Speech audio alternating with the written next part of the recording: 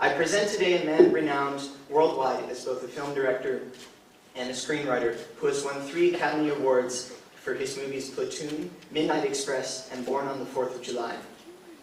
Mr. Stone grew up on the East Coast of the United States and attended Yale University for a year before going abroad to Vietnam to teach in a school in Saigon.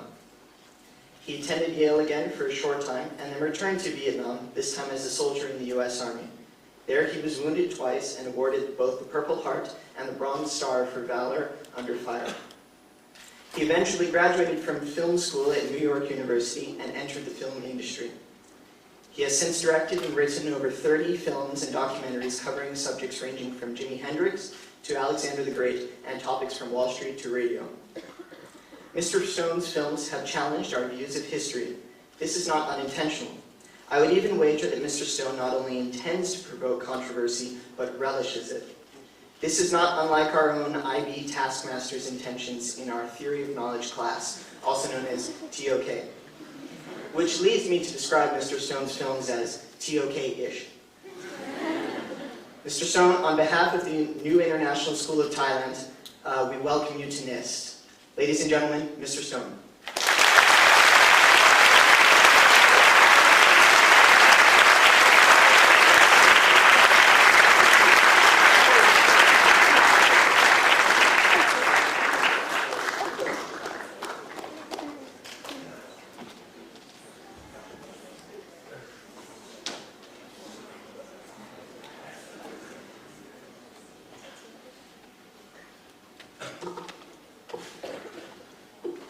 Thank you, Nicholas, and thank you for having me here today. TOK, I am told, means theory of knowledge. Where does that expression come from? Where's that? Is that a new expression? IB? Yeah. I guess I'm wondering, what does it mean? Christopher, can you explain it? Can I ask, we'll start with a question for you. What does it mean, theory of knowledge? It's like the IB version of philosophy class. Well, I'm a believer in knowing what you know. I'm trying to figure that out. That's what experience is. Say again? That's it. Oh, really? Knowing what you know, I'm not sure. But that's not a theory. That's knowledge. That's experience. That's...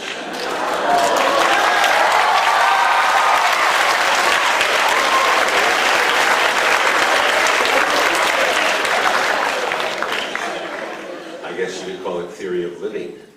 But living is a very dangerous sport, and it goes as it goes, and you only live once. Famous actor said, our life is should be a rehearsal, and then we should get to perform in the second life. Well, it doesn't happen that way. We have to learn as we go and to make mistakes. And you guys are approximately, I would assume, 16 to 18. Is that right? 17? Is that right? Am I right? And it's really fun to talk to you because I remember being 16, 17, and 18 because they're very vivid experiences in my life, very vivid, and they stood out. And they stay with me today. These are perhaps the most formative years. And as you go along, you find that your memory will recede and you'll forget a lot of these things. And then, of course, later in your life, you might find that they come back. And that roommate you were cruel to, or that day you cheated in class, or you stole something, or you did something bad to your mom or your dad or your sister is going to come back. And you forgot about it for 30, 40 years, and then boom, it's there, right in front of you. And that's a wonderful thing to happen. It means you're alive, it means you have a memory, it means you have a conscience. Consciousness is the highest summa cum laude of education is consciousness.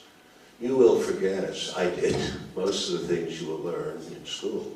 I can't recite a lot of the stuff they made me learn by memory. I don't even know much about trigonometry or algebra or calculus anymore. But you do remember the experiences, the authentic stuff that happens to you, and the stuff that sears your soul. And that probably is often the most embarrassing moments in high school. It's the way it is, you know. the day you got you won the game or you got the prize in education and everyone applauded is wonderful and it means something, but believe me, you'll probably remember the time that you sweated and when you asked somebody your date for a date and she said no, or you had I don't want to get into more embarrassing things, but they happen constantly, or you broke out into pimples, or you were just unable to control yourself, and your bladder just splattered.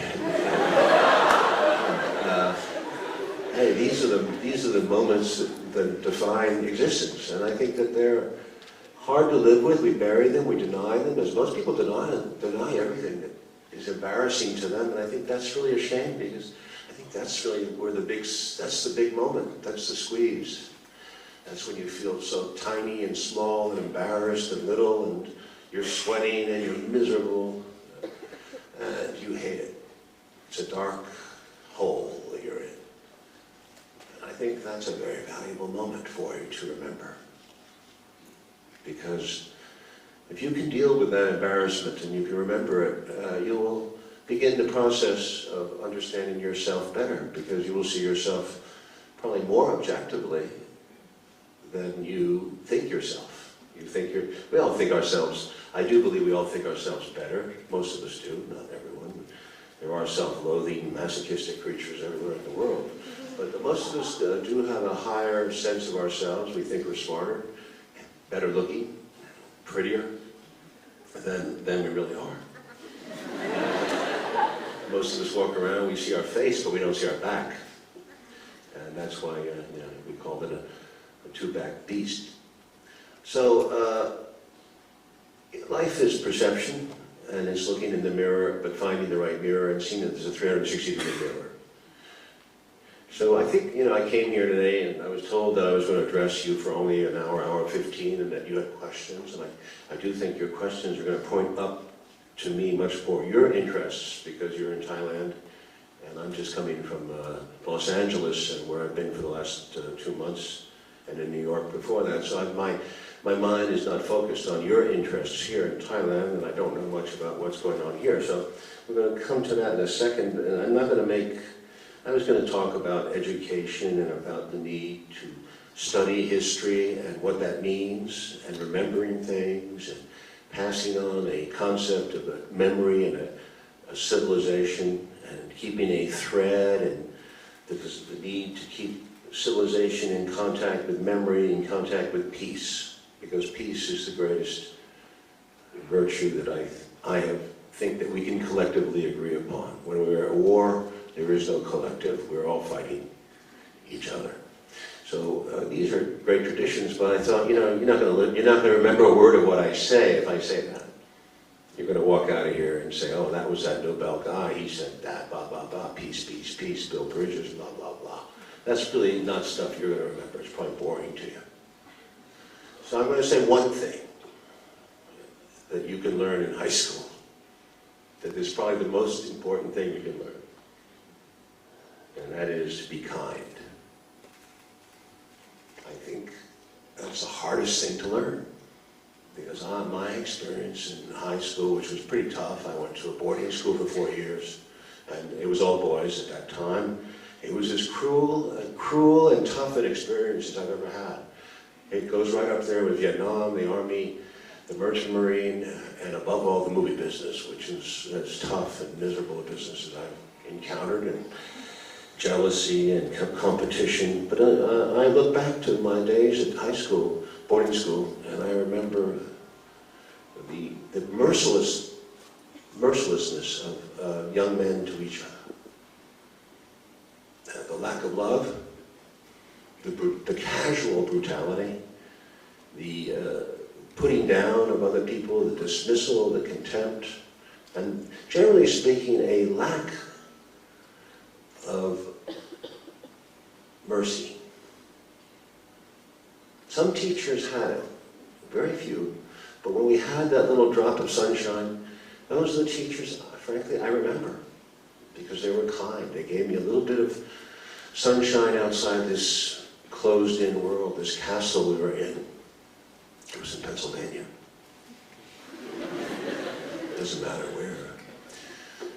So I think high school college is less so perhaps, but high school is a pretty tough place. And we have to remember that we are human beings, that we breathe, and that we need life, and we need hope, each and every one of us. The lesser talented, the ones who don't do as well in class, the ones who are not physically as gifted.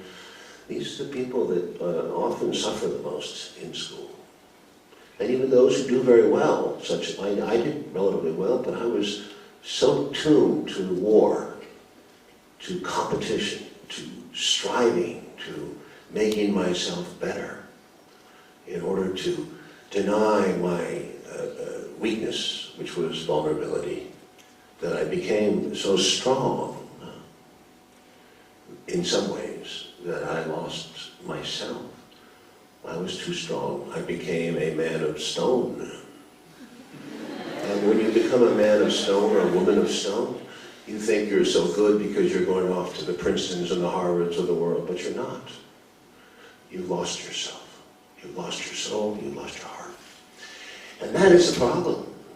Very much so in our country today, my country, the United States of America. We have a generation of people my age who have come to power, who are ruthless, because they were nurtured in a society that was wholly, call it Anglo-Saxon or Anglo-American, geared to excellence, getting the best grades, having the greatest military weapons, spending the most money, and making sure you killed your opponent.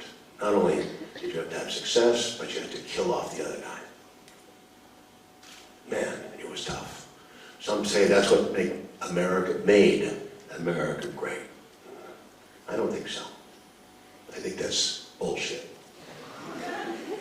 And I'll argue about it, I guess, until the day I go to my grave, because I'm not too popular for saying some of the things I say in America. But I don't really believe it. And that is authentic knowledge. That's T-O-K.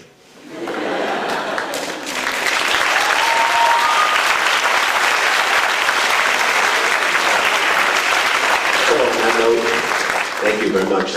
Let's just open this up and fly wherever we go.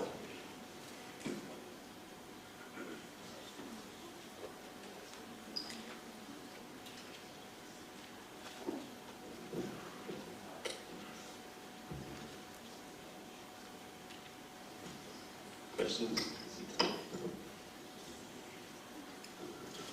There you go. Hi, I was just wondering, since it's made clear that you've sort of reflected a big parts of history throughout your films, I was wondering, what was the main purpose? What would you think, what was the purpose of doing so? What do you think that could possibly change? What did I think my films would achieve? Is that Yes, I'm reflecting history. On history? Yes. Well, I think you're asking a gigantic question that would take an hour to answer. I never set out in that broad, deductive sense to change history. I never thought like that. I loved history in school, did very well at it actually. It was one of my favorite courses. Because I think it was a chance to escape. It was like Francois Truffaut was famous as a young man for running away from school. He was a delinquent. He said that he would disappear in the movie theaters of Paris when he was 8, 10 years old, and he found a fantasy life in movies. I loved movies too, but I also loved history, and I found myself buried in history. I think people, and I fault my daughter and my son to some degree because they read so much, that I say you're really evading life, because you can't spend 3, 4 hours, 5 hours a day reading and not take part in this business of life, because otherwise you're bullshitting yourself. You think you know everything because it's coming from a book, but you got to live history too. So, I didn't set out to be a history professor or teach history in film. I was interested each time, ad hoc, in each subject matter, for one reason or another. For example, sitting in the audience today, much to my surprise, is a Vietnamese woman. Her name is Laylee Hazlett, and she's sitting right here. Stand up, Laylee. By example, I never met her. I didn't know her from Adam. I read her book on a plane somewhere in the Far East, and it was called When Heaven and Earth Change Places. And it was an autobiography written with a young man. And it was about a Vietnamese peasant woman who grew up in a village in northern South Vietnam, and she had a pretty tough existence, like everyone, like the Vietnamese villagers had, and she had to go on both sides of the equation. She had to work with the Viet Cong, and she had to work with the Americans to survive. And it's a horrific story, a great book.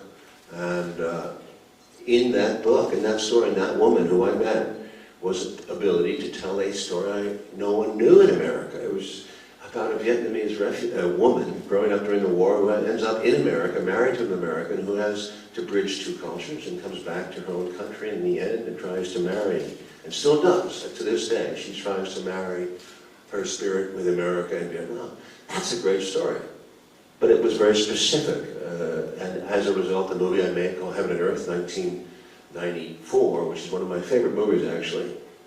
A very spiritual movie, very much reflecting Lei Li's mentality of Buddhism. But that movie is, for those who seek it out, a true piece of history. That's the only way you can do it. JFK, same thing. I didn't even know. I accepted the Warren Commission the same way that I accepted the Castro was a demon concept when I grew up in the Cold War America. Kennedy was killed by the Warren Commission. No, he was killed by the Warren Commission. But but you know, I'm saying all these things came out through meeting people later in my life who opened my eyes to things that I didn't know, and I'm very grateful. But that's life. That's networking. That's not sitting in a room reading a history book and coming up with a JFK theory. It's also going out there and talking to people who say, hey, I was in Dealey Plaza that day, or I knew so-and-so, or I was working at the Pentagon. And that's real life.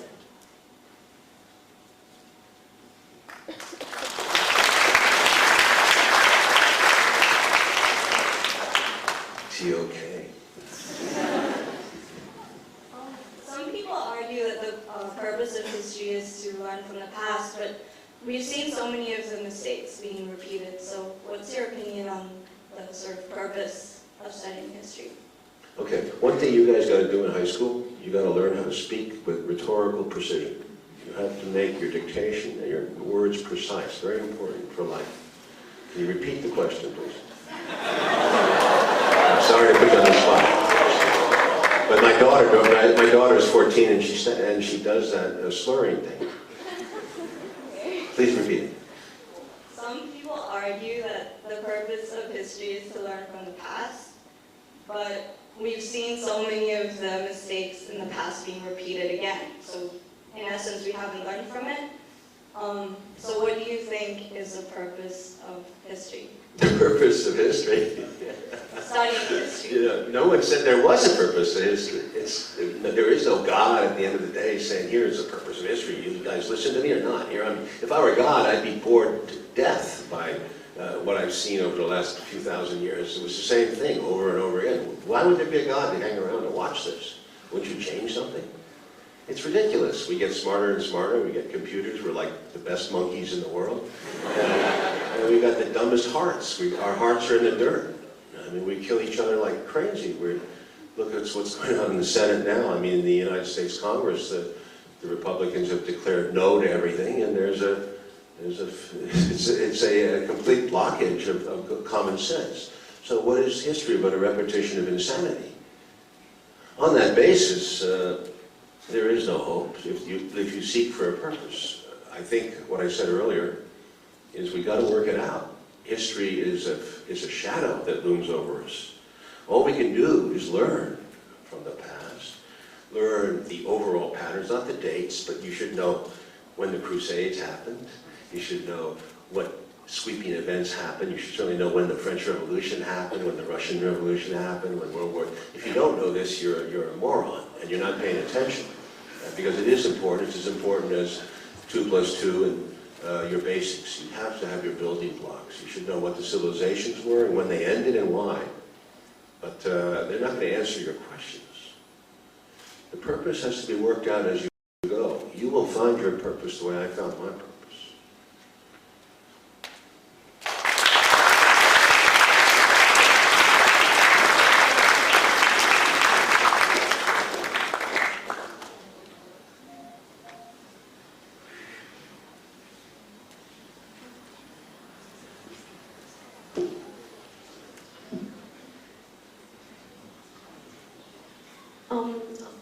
when you work with an actor, as a director, when you work with an actor for a peace-related movie, is there anything common with every movie and with every actor that you want them to have? Yeah, they all want to look good.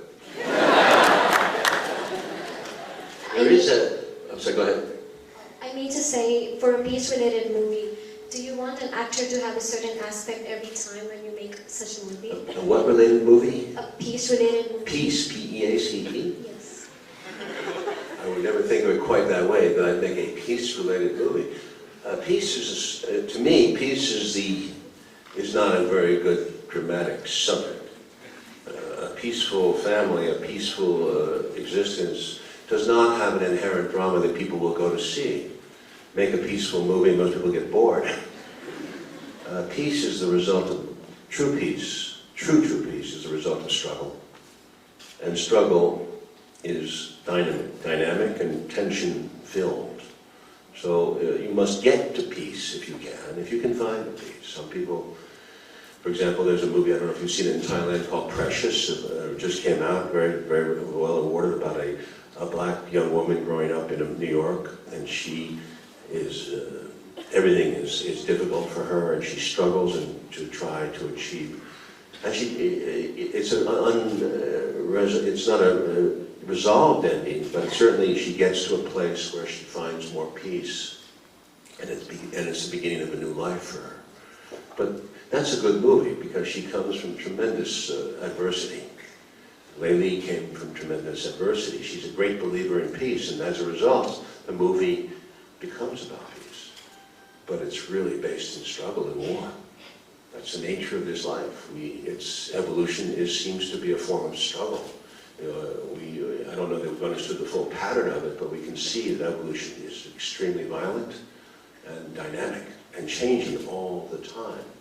So as soon as we get confident or cocky, or we think, I remember when the Berlin Wall fell, I'm old enough now, and that was a very great moment for America. They thought this was the end of the Cold War, and there was an American moment of great, we did it. A lot of the right-wing people in America, the conservatives, were saying, America beat the Russians and blah, blah, blah, the Cold War is over, we won. So that gave birth to a sort of unfettered capitalism that, free markets work all over the world.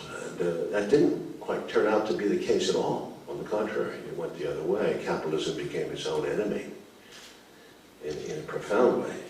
We ran into a mirror.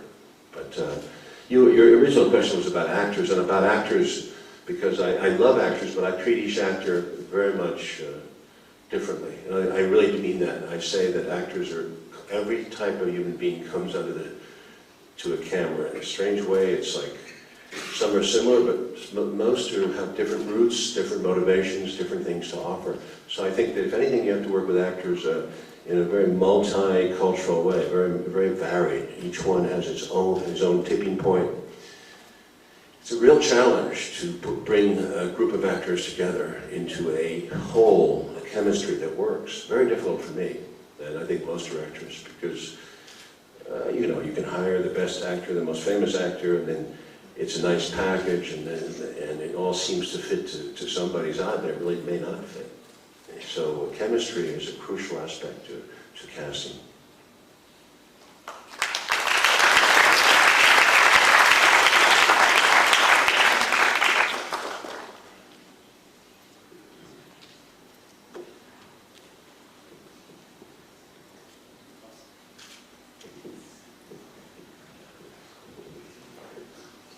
Hi.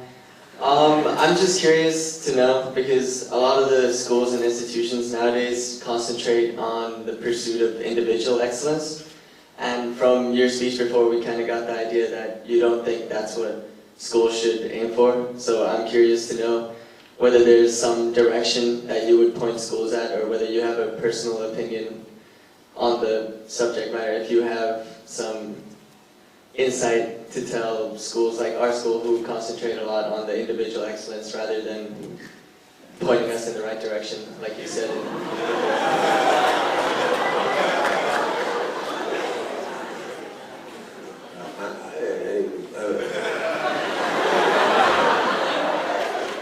I quite that. You're talking about individual excellence, or were you talking about the great man theory of history? I'm looking, you're talking about individual excellence in students. Yeah, because a lot of the schools nowadays. Yeah, they put the emphasis on being, of course, that's, this is the nature of of our civilization, and because you're studying English language school, you're following the tenets of Anglo-American tradition. Look, it's a very good education, and you have to, I think what I was trying to say, I think it has to be tempered with humanity. And I think that was what was lacking in the traditions that I grew up in. I think my general impression is that schools have, because I have 3 children, have softened to some degree. Of course, none of my children are in boarding school, but I have been back to the boarding school, so I do feel that there's been more awareness of humanistic traditions. Certainly there's more choices in the lunchroom and less enforcement of discipline, but also that it works both ways. I mean, if the teachers do not have the ability to enforce some discipline in the class, what's the point? I think that what I'm saying, you mustn't misunderstand, is I'm not calling for laxity. I think it's as difficult to be kind as it is to be smart. I think that to be kind on an everyday basis, to engage life in its everyday forms where you're going to be stressed and challenged day in, day out, requires the highest training of the mind. Your mind must be like steel, tempered like steel, to deal with all the issues that you will have in the course of the day. You are always going to meet your edge.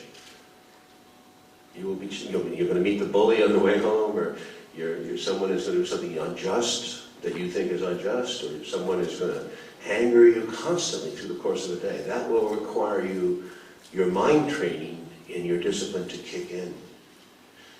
And that takes a lot of discipline. It's really tough.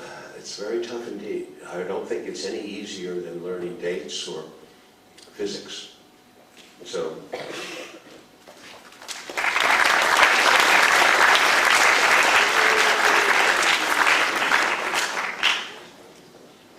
Why did you choose filmmaking to capture moments of history?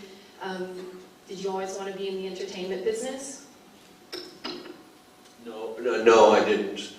I was like you, at your age, didn't know what I was going to do. I mean, I don't know maybe your mind is on something, but I did not have I was very much a wandering and lost person, because as I said, I was in a boarding school. I did not have a family as normal families would exist, because they had divorced, and I was an only child, so there was a complete triangulation of individuals in different places, and we were all in different locations, so I never had a family that way, which is not a good thing. And I ended up in Vietnam at an early age, at 19, and then I went back as a soldier. So my life is a different kind of a journey, but it was, really, I felt like I was on my own and lonely. So history came to me. I liked history as a story, but I wanted to be a writer for a while. I wrote a novel that was not published, and then I ended up, after the war, with the GI Bill was paying, I ended up at NYU Film School when I was 22, because I thought, hey, I can get paid by the government, and I can go to a college, and I can watch movies all day. That's not a bad deal. And my mom had always loved movies, my dad too. So all of a sudden it became possible in 1969, 71, in that area, to actually, for people without any special connections to Hollywood, to actually make movies. That was quite a revolutionary thing. So we were all playing around with low budget 16 millimeter, 8 millimeter even, black and white, and in the East Village back in 1969, 70. Now it's of course spread because of the technology all over the world, and anyone can pretty much make a movie for a few bucks, right? Unfortunately, not everyone can get it distributed because you have to have some talent. Sometimes making a movie too easily is a bad thing, and I think some people just make a movie and they think that they can make a movie. I think it takes as it does with the mind. It takes training, it takes discipline, tempering, you need experience. We made short films. I think the first 3 I made were horrible. And then I made 3 longer version short films. 2 of them were really bad. 1 of them was decent. So, I mean, it was for me. And then I wrote like 9 scripts, 9 screenplays, full screenplays as well as probably 10, 12 treatments. All of them were rejected in that very tough business. So it wasn't easy. It took many years after film school for me to have some success. But I persevered. And I think perseverance is crucial as well as resilience. I think the ability to be rejected is very important. To take rejection is very hard sometimes. And that can really, that can darken you, or it can give you more strength. But even, remember what I said earlier about strength. Sometimes strength can backfire on you. You can lose some part of yourself, being strong, only strong. You know, to temper it. Strength with the flexibility of steel when it's well-tempered has that resilience, it flows.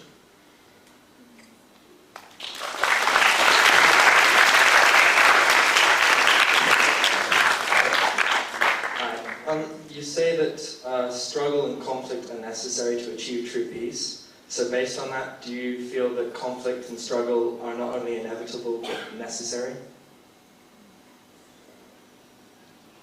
I don't think I wouldn't phrase it that way. I think it happens. It's not necessary implies choice.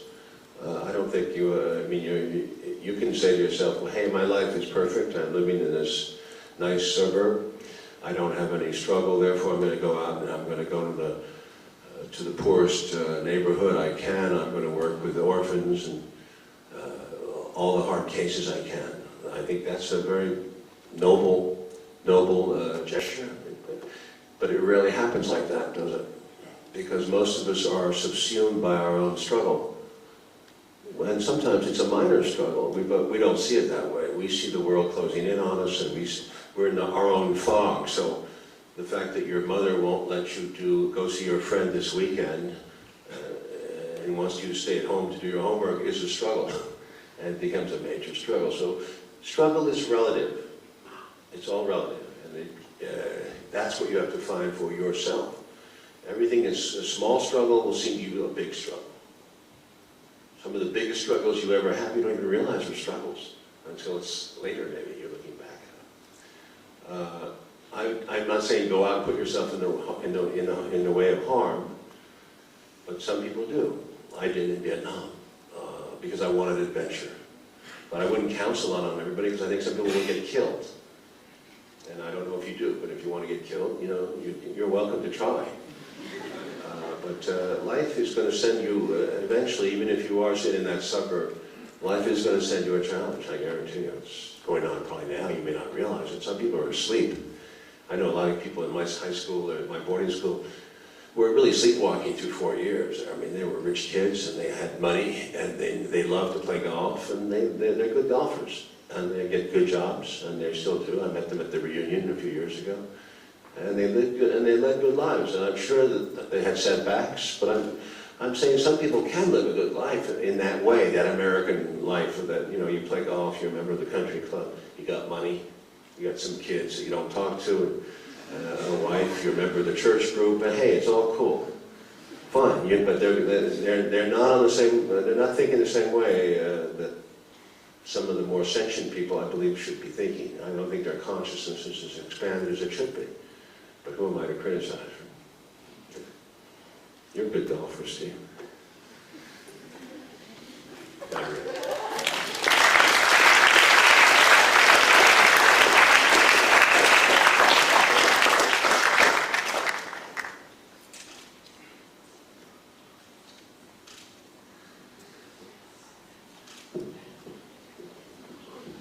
In your movies, you covered a variety of controversial topics.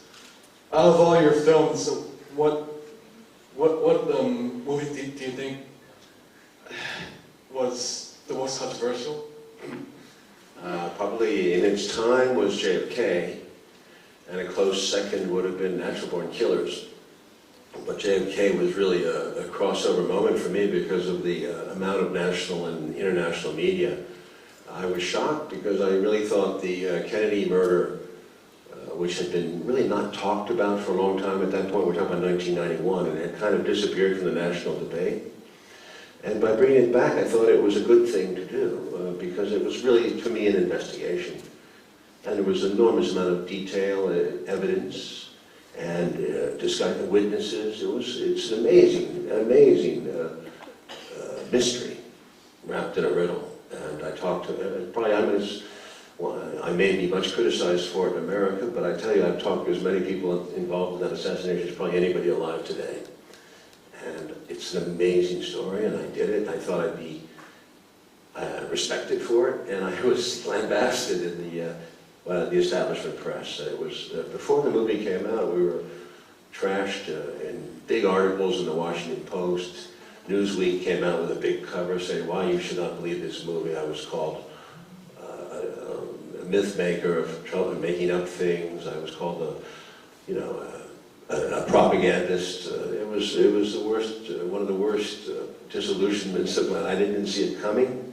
I thought the Kennedy murder was safe enough to do, because so many years had passed, but it really is a national burr. To this day, it is many Americans, key Americans in power, are in total denial on this story. They don't want to even hear about the possibility that he was killed by somebody other than Lee Harvey Oswald. It's a national fairy tale. And you will find in the press and in the opinion makers and in academia, no one goes there, really. Very few people will go there, because you know why?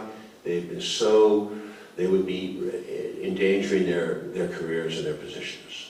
And I say that in the media, it's a very, very sensitive issue, and I know a lot of reporters who would go there. They can't. Their editors will not let them. Because there's been, frankly, a lot of ridiculous speculation, and there's a lot of conspiracy nuts, like there are around 9/11, that have killed off. I mean, there's so much streams of information in this internet age, it's insane. So it's very hard now to get back to what happened, you know. But there are three great books that have come, two great stories, and one great, one is the Kennedy and the Unspeakable by James Douglas, which came out last year. It's an incredible book, so much homework done on it, and it really kind of sums up all the things that people have overlooked on the Kennedy murder. Kennedy and the Unspeakable. It's doing very well, but it was printed by a very small publisher. A Catholic theologian wrote it. He did his homework. I recommend it to you highly. There's also David Talbot's book, Talbot, which was called, it's about the Robert Kennedy and John Kennedy. I don't remember the title, but you can look under David Talbot. And there's Douglas Horne, Horne, worked with the last investigation that was done after our film. He spent 5-6 years looking through all the records and the autopsies. He's come out with a 5-volume book, Douglas Horne, Horne, amazing 5 volumes. It lays to rest all this nonsense that's been written by Vincent Bugliosi and this Gerald Posner. I can't believe they invest so much effort to deny this story still. But it's really it's the bête noire. It's a bête noire of American 20th century history. It really has become something sick. It's a shame. It's a shame. We can't deal with it, and that's part of our problem. Denial.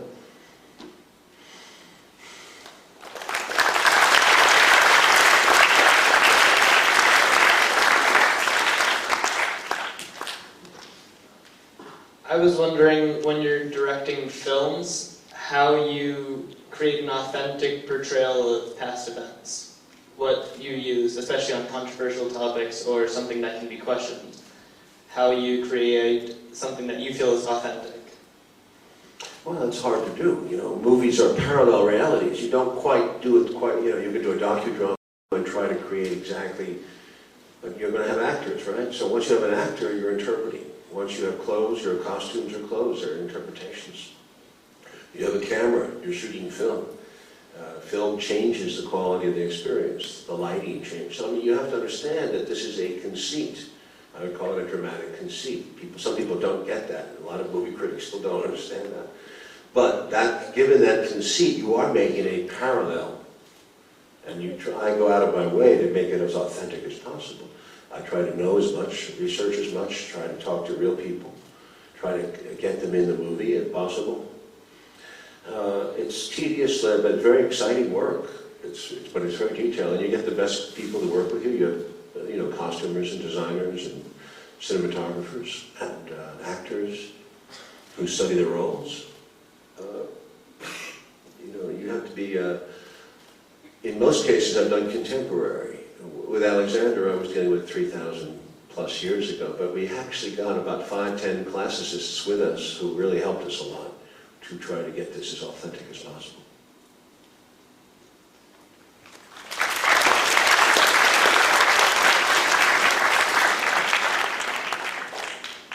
You have a strong opinion to the theory of knowledge and theory of living.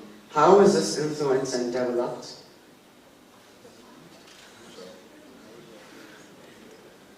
You have a very strong vision of the theory of knowledge. How is this influenced and developed over the years? How is this what? How is it influenced and developed? And developed up? I don't quite understand. Can you elaborate on your question? So you have very strong opinions towards the theory of living. Were you ever influenced by someone, or were you ever, how did it happen? How did these strong feelings and visions come? Oh, first of all, you're influenced by hundreds of people and thousands of events. Everyone is an amalgam of so much experience, and I think that we all are specific. That's what makes us interesting, and why I think we all have this commerce amongst ourselves. It's because you come from wherever, Pakistan, is it? I'm sure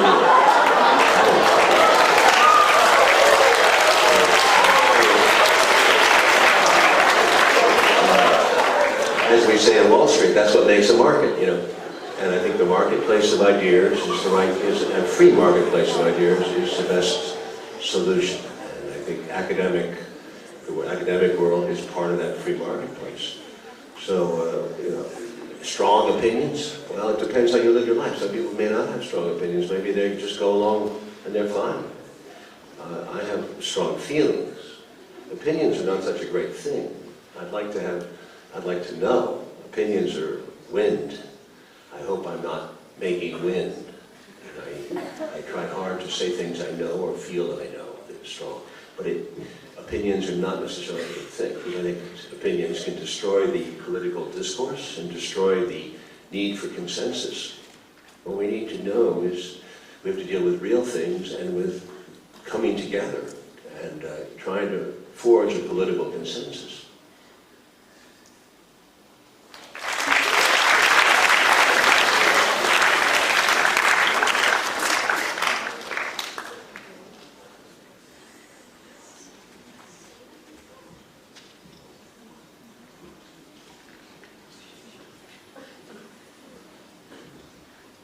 In your idea, what's kindness? What does kindness look like?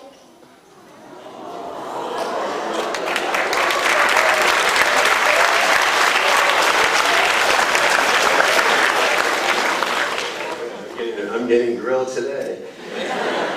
No, I think that's a lovely question. And what does kindness look like? I think it starts with a smile. That's what it looks like. I think a real smile can make that first step between people. I think people like another person if they see the smile. And you can be smart and all that, but I don't think that's going to get you anywhere with somebody unless you smile. And mean it. What do you think, Lately? You think that's accurate? Okay.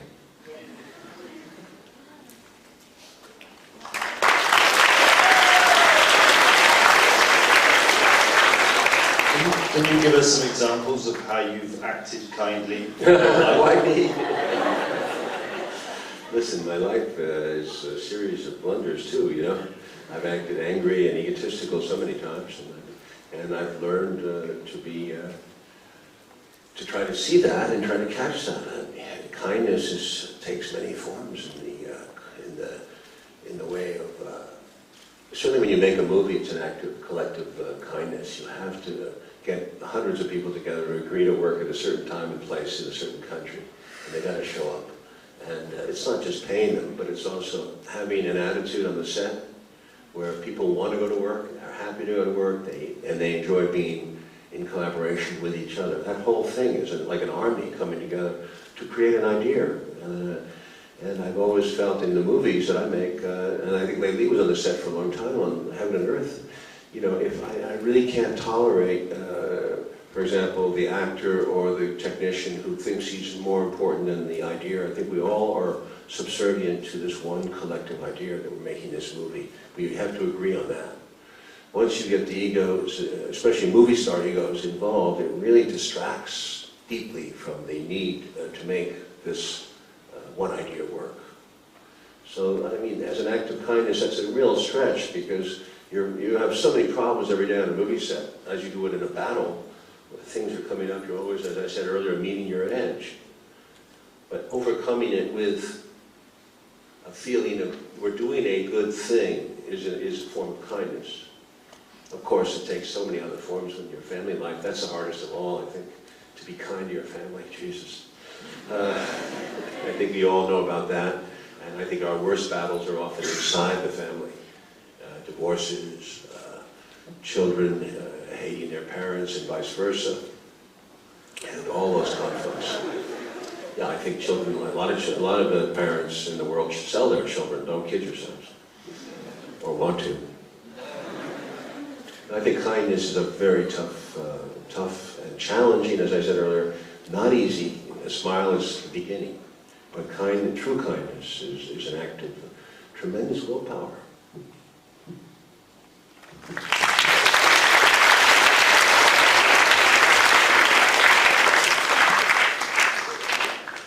Well, you said before that you were a lost and wandering child. Having learned from your past experiences, do you have any key guiding points for us to finding our respective purposes in life?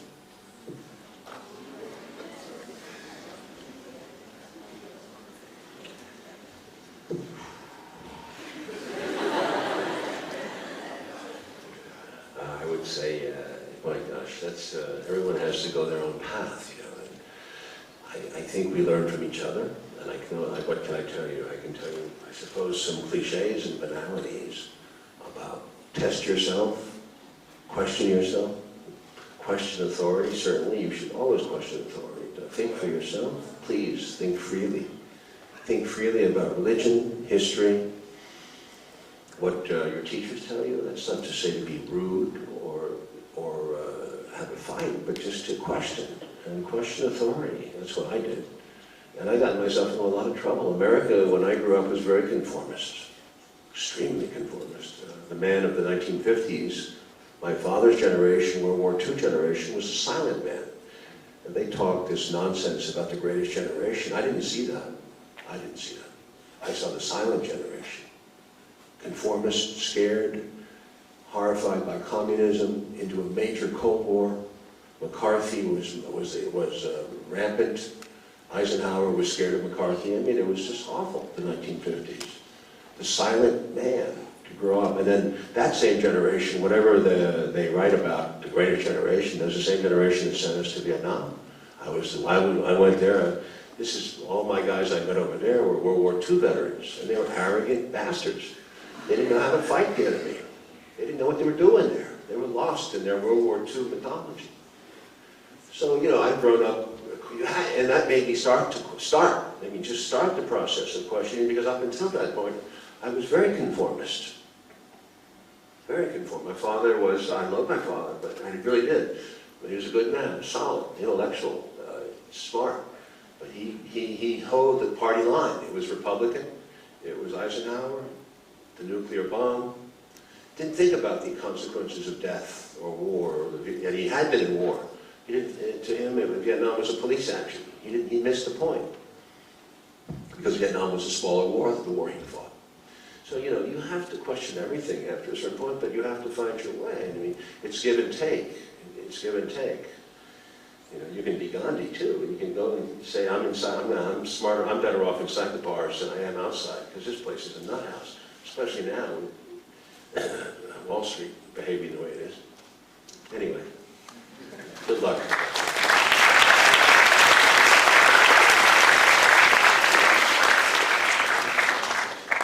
Or a musical, which is lovely to get. Great to have everybody agree. So you go for the best you can, but don't look to be loved and popular. Otherwise, you're gonna end up selling out. If you're the kind of person who questions things.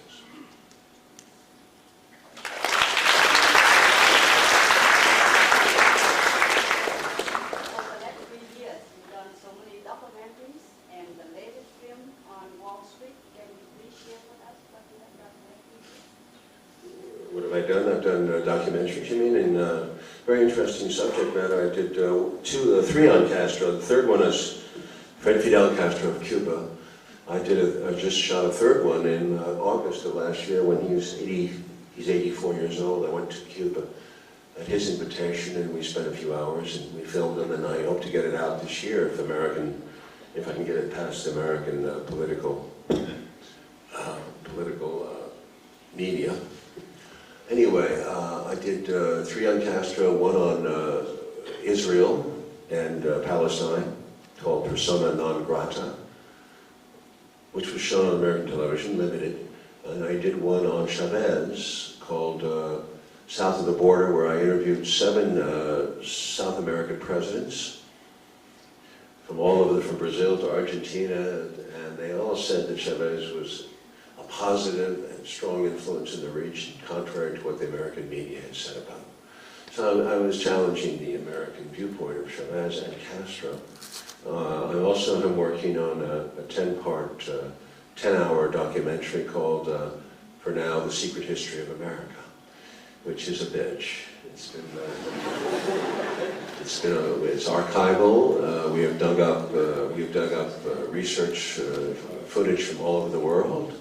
We have 2 historians working on it and originating these documents. This is all history that is factual, but it hasn't been presented in this way. It is a pattern, a new pattern of thinking. Again, it's going back to the thinking outside the box. So we're trying to make this thing, and it's our 3rd year we're working on it, and it's a real challenge. Wall Street is 22 years later, we went back to Wall Street and we looked at it again, and we saw it got worse. But it's a hell of an interesting story nonetheless. It's exciting. And Michael Douglas, who you probably don't remember, was back as the older trader. Shia LaBeouf is a young trader. Josh Brolin is the middle-aged trader. So there's a three-generation piece here, which has it's story, but it involves this whole meltdown of 2008. But more importantly, it involves about what's going to happen now.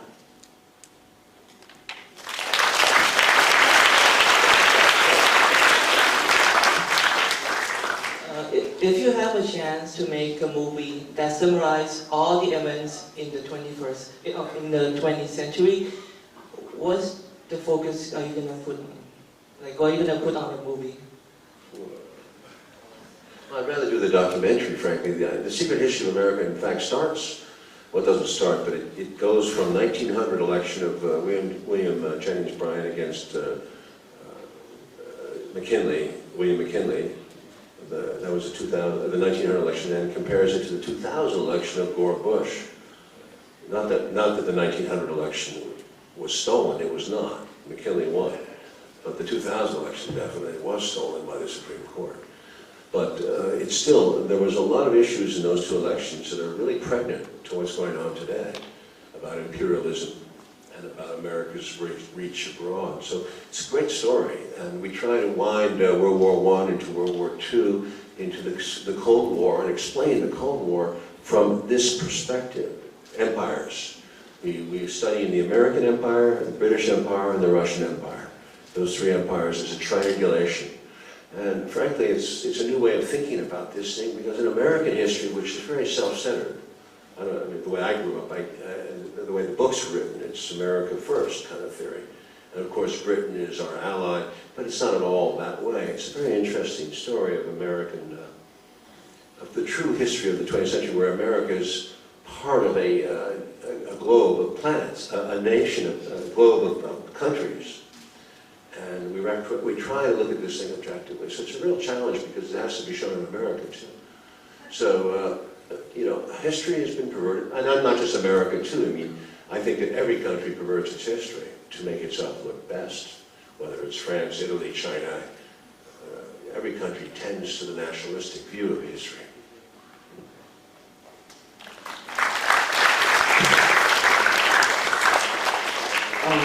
You touched briefly upon the failure of the right-wing free market theory, free market economics, and do you think a more liberal view of politics and economics in America is a way forward, or do you think it should be a bit more bipartisan?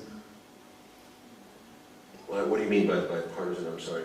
Do you think it should be a mix of right-wing and left-wing politics that is the way forward for the US and the world at large, or do you think it should be a bit more left-wing? Well, I'm not quite sure what those words mean because they've been kind of distorted in this debate, you're saying. I mean, for example, where I was in South America, from 1980 to recently, they suffered greatly under the laissez-faire economics of Milton Friedman in Chile. And that model was used by the Americans to say, hey, this is a great success story. Free market did not work in Russia. It destroyed Russia. People went crazy. They were impoverished. There was all the gangsters took over, a mafia in Russia, and still do. But that's why Putin was popular, although Americans wouldn't know that, because he restored some kind of dignity and discipline to a system that was really breaking down into theft. Most people get screwed. You hear about the rich people, and the rich people in the 1980s and 90s had a great ride, and 2000s too. They were on the covers of magazines, gold was worshipped, money was worshipped. I've never seen in my business so much. I was in the film business, and you know, film directors and writers and actors used to get some respect as the leading lights in these things. But all of a sudden, I was seeing the moguls were on every cover, and I realized that America was falling in love with money in a much more extreme way than I had experienced as a child. Money was always an American god. We know that, but there was a balance between God and money, and there was a I call it a spiritual quality in America, which I found diminished in the 80s, 90s. And my original Wall Street movie dealt with greed is good, if you remember. And now Gecko says, well, now it seems it's legal. But the truth is that it got into a place where we lost sight of what the capitalism is for. Capitalism has to service society to work. And the reason that for so many years I think it did. My father used to argue, you know, on paper communism looks better, but in theory capitalism works. In practice capitalism works. And I think he was right. But communism was supposed to be the competitive model. So we existed, capitalism existed inside the framework of a Cold War for 60-some years. And we had to make life better for our citizens in order to prove that we could make more refrigerators, more cars. Not necessarily that was the right goal, because people got carried away and they started to have 2 cars and 2 refrigerators and 2 houses. That's another argument. But still, there was a competitive model. And apparently when communism disappeared as the enemy, replaced now by strange swirling bands of terrorists, so now we're into a war on terror, but they're not such a threat to our economic system. But what's happened is that the economics got completely unmoored. Free market triumphalism was announced, and the whole world had to go for it. Clinton sent these guys to Russia. It was a disaster what they did. And we put NATO back in Eastern Europe. I mean, the whole world took a swing to the right as a result of Reagan, and especially after the 1990s and the Bush Jr. debacle. So unregulated, free market, kill your enemy, not only succeed but kill your enemy kind of mentality has not worked. I think it's hurt so much. So many poor people are poor in America and deprived of hope, and all over the world. It's just a disaster. And I think if the Gulf continues to grow, we're going to have more revolutions and more more terrorism and more unrest. It's just inevitable. It's inevitable given the nature of the patterns of history.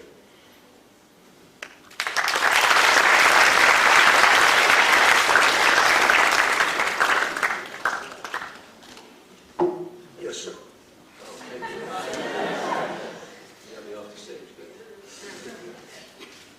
Mr. Stone, thank you for your enlightening speech concerning discipline and life. Mr. Stone emphasized that living is a dangerous sport. However, as we live as human beings, we make mistakes that we can learn on later on. Mr. Stone mentioned two valuable comments. Firstly, how education is key, and we must study history to understand concepts in civilization, and eventually, or hopefully, lead on to concepts of peace. Secondly, what I felt it was a life lesson is the act of kindness. Because in the world we live in, there are many who suffer from people being cruel to them. And those kind people who treat us kindly are those who we will remember. Moreover, this can relate to our lives and how that there are many out there in the world who suffer, and we can help them by being kind. I personally felt that his insightful speech allowed me to think of who we are as high school students or as human beings, and how experiences, no matter negative or positive, can change us.